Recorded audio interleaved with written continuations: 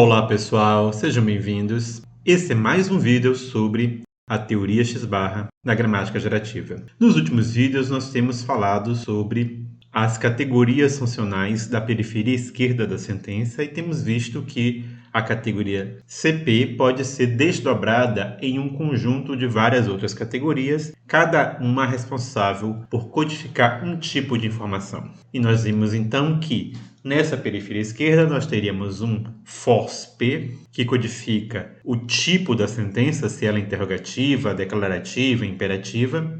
Nós também teríamos um FOCO-P, um sintagma de foco, que codifica justamente esse constituinte que é interpretado como informação nova ou contrastiva. Nós teremos também um TOP-P, um sintagma de tópico, que codifica justamente o tópico da sentença. E hoje nós vamos ver a quarta categoria, que faria parte do sistema CP, pelo menos nessa proposta inicial que foi feita pelo autor Ridsey. E essa categoria seria a de finitude, um FIM-P, um sintagma de finitude, que seria um elemento responsável por codificar se a sentença é finita ou infinitiva, incluindo a informação do tipo de finitude, se é uma sentença indicativa ou subjuntiva, por exemplo. A ideia é justamente que o FIM-P vai determinar as propriedades do IP. Se o FIM-P é marcado como finito, então ele vai selecionar um IP que seja conjugado, um IP que tenha a categoria de tempo, a categoria de concordância. Já se o FIM-P for infinitivo, ele vai selecionar um IP que não tem tempo nem concordância, um IP que seja de uma categoria infinitiva, ou seja, aquilo que nós poderíamos chamar, na verdade, de infinitivo P, infinitive phrase. A ideia, então, é que o FIM-P é a categoria mais baixa do sistema CP, ela está imediatamente acima do sistema IP, como vocês veem na tela. E é claro que nós podemos algumas vezes representar esse sistema CP de forma mais reduzida, por exemplo, colocando a categoria de FORCE-P e a categoria de FIM-P, por exemplo, e omitindo a categoria de tópico-P, de foco-P. E para trazer algumas evidências em favor da existência dessa categoria de finitude, nós vamos começar com dados do italiano, que foram dados utilizados por Ridsey para mostrar que existe essa diferença entre a categoria que marca o tipo da sentença e a categoria que marca a finitude da sentença. Então, por exemplo, um verbo como credere poderia ter um complemento finito, então nessa sentença aí, credo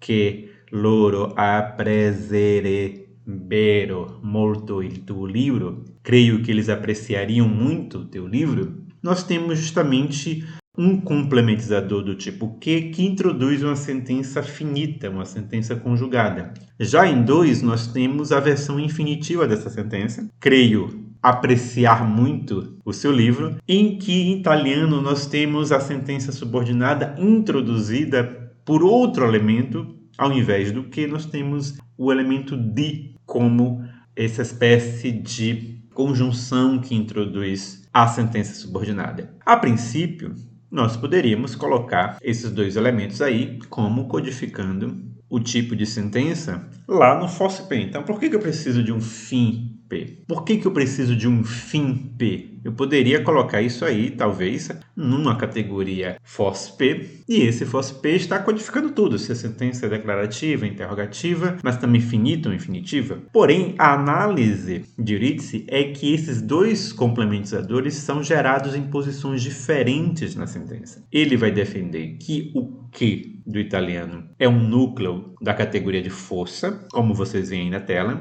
mas que esse di é núcleo da categoria de finitude, como vocês veem aí na tela. Então, esses elementos seriam gerados em posição diferente. E por que ele defende isso? Ele defende isso justamente pela ordem sintática que existe entre esses complementizadores e os tópicos ou focos sentenciais. Então, em 3, por exemplo, vocês podem ver que nós podemos ter um elemento que é um tópico na sentença subordinada imediatamente depois da conjunção que, credo che il tuo libro eles o apreciariam muito. Inquilito libro é o elemento que é o tópico da sentença e aparece logo depois da conjunção. Notem que a inversão da ordem entre esse tópico e o que não é possível, seria agramatical, como vocês podem ver no exemplo em 4. Inquilito libro que não é uma boa sentença em italiano. O que mostra que esse que aí está gerado acima da categoria de tópico, logo provavelmente seria um núcleo de força. Porém, quando nós temos as sentenças que têm o de introduzindo o complemento, nós temos a situação exatamente inversa. O de não pode vir antes do tópico. Uma sentença como 5, credo di il tuo libro apreciarlo molto, é uma sentença ruim justamente porque o tópico está depois do complementizador.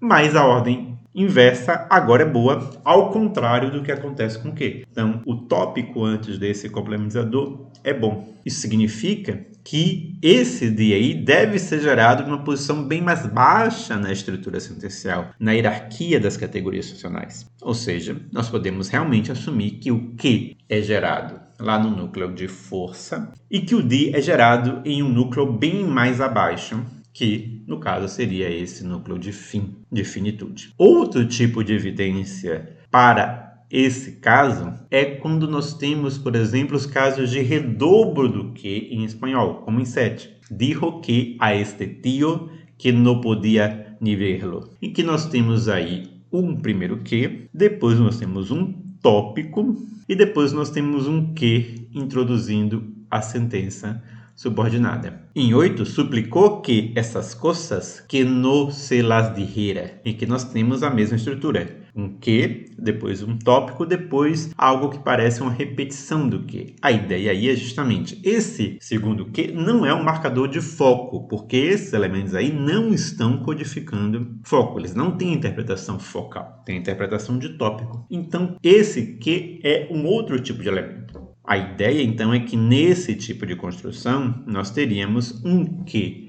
codifica a força e um outro que codifica a finitude. Nesse caso, a finitude finita, né? Enquanto o di do italiano era um complementizador infinitivo. Como vocês podem ver aí na tela, o primeiro que em força e o segundo que em finitude. Nós temos também exemplos dessa língua saracama, em que nessa sentença aí nós teríamos o mi é um pronome de primeira pessoa do singular, mini é o verbo pensar, tá é um complementizador, introduzindo uma sentença subordinada. Depois nós temos algo que equivale a uma preposição em, depois um elemento que equivale a um artigo, um determinante, depois de jai, sendo o equivalente a jardim. Depois nós temos aí o pronome de primeira pessoa, uma marca de passado, o si é o verbo ver e o em seria um pronome de terceira pessoa. Essa sentença então seria equivalente a algo como eu acho que no jardim eu vi ele, ou eu acho que foi no jardim que eu vi ele.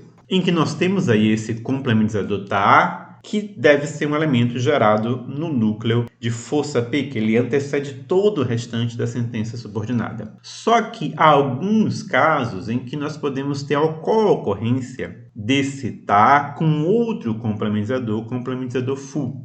Então, numa sentença como essa na tela, nós temos aí um elemento que é o pronome de segunda pessoa do singular, depois tá, que é o verbo dizer, depois esse tá, que seria o primeiro complementizador, esse fu aí, que é um tipo de conjunção, um complementizador também, depois um pronome de terceira pessoa do singular, depois o verbo bater, o equivalente ao artigo, e depois o equivalente à palavra cachorro. Isso aí significando você disse para ele bater no cachorro. Em que nós podemos interpretar que essa primeira conjunção aí seria o elemento gerado como força, e o outro elemento gerado como a finitude, marcando a sentença como alguma coisa equivalente a um infinitivo. Como vocês podem ver aí na tela, tá no núcleo de força e fu no núcleo de finitude. No português brasileiro, nós também temos casos em que nós temos um redobro, um tipo de redobro do complementizador, semelhante ao que acontece no espanhol. Então, em 11, e dizia que, se não enviasse o médico, que ela morreria logo. E dizia que, quando João chegasse, que eles iriam ao cinema. Aqui nós temos claramente um que antecedendo toda a sentença subordinada, e um outro que aparece depois desse elemento aí deslocado, que, vejam, isso é como uma sentença subordinada da sentença subordinada. Então, nós temos a sentença que é o complemento, que é o ela morreria logo em 11 e eles iriam ao cinema em 12. Mas há uma outra sentença que dá uma informação sobre essa sentença subordinada, e essa sentença aí, uma condicional em 11 e uma temporal em 12, está deslocada para uma posição de topicalização, como se fosse um tópico sentencial. Então, nós podemos interpretar que o primeiro que está acima de tópico e o segundo que está abaixo de tópico, que seria alguma coisa equivalente a o primeiro que no núcleo de força P e o segundo que no núcleo de finitude, mostrando que nós temos evidências de duas posições ligadas ao tipo da sentença, na posição mais alta e na posição mais baixa dessa periferia esquerda da sentença. E esse segundo que não tem o valor de foco, ele tem apenas um valor ligado a marcar se a sentença é do tipo finito ou infinitivo. Com isso, então, nós temos evidência de que há, de fato, pelo menos quatro categorias funcionais na periferia esquerda da sentença, e essa última categoria, essa categoria mais baixa, seria a categoria de finitude. Até a próxima, e Deus abençoe vocês.